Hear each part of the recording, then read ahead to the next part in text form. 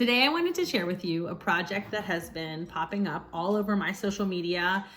Teachers have shared it with me, and it's basically just people creating rainbows and putting them inside of their windows so that when people drive by or walk by their homes, they can see these rainbows from the street.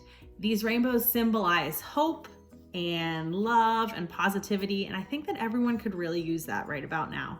So today we're going to show you 3 different ways that you could create a rainbow. You are not limited to these 3. You may do anything that you wish, and please email me your finished results. I can't wait to see them. Much love to everyone.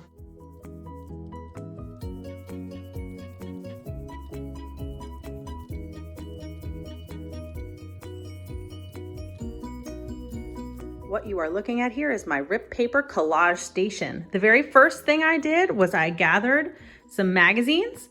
My house is low on magazines because I bring every single thing that's a magazine to the Thinking Lab creation station. But I was able to find a couple of magazines, and then I started to sort my colors onto these 6 different plates. Because I was doing Rip Paper, I didn't need to actually use the scissors. I just got my glue stick ready to go. Once I had all my materials ready, I took a piece of kind of thick white paper. I drew some guidelines on it so that I knew where to put my paper. And then I just started gluing down. I started with the red first, making sure I was overlapping my pieces. And then I did orange, yellow, green, blue, and purple, overlapping each time. So I didn't have any watercolor paints at home. So what I did was I took a piece of foil and I took some washable markers and I colored the patches on to my foil with the colors I wanted to use in my rainbow. And I do a little dip, swipe, swipe, swipe. I'm onto my yellow.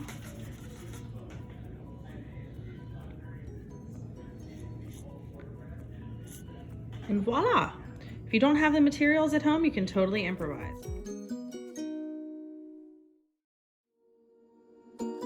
Technique, I'm going to do a watercolor wax resist, which we've done many times. We know that when we paint water over top of crayon, the wax in the crayon says to the water, "Get off me!" So what we're going to do is we're going to draw our rainbow with crayon first, and we're going to press really hard so that when we paint over top of it, there's a lot of wax that will resist, okay? So press really hard, no peekaboos. Unless that's the look you're going for. You know, just like before, I don't have any watercolor paint.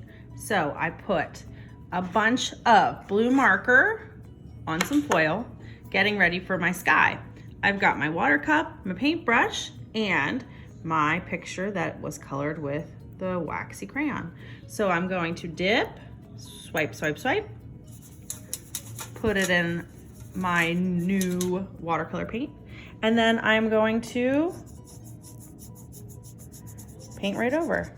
And you see what's happening when the water goes on top of the wax, it beads up, and that is the wax saying to the water, "Get off me." They don't like each other. Wax resists water.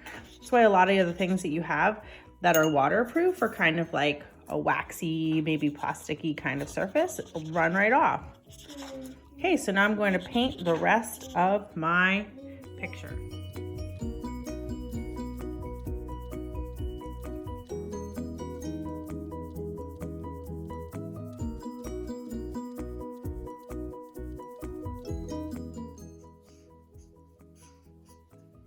You coloring?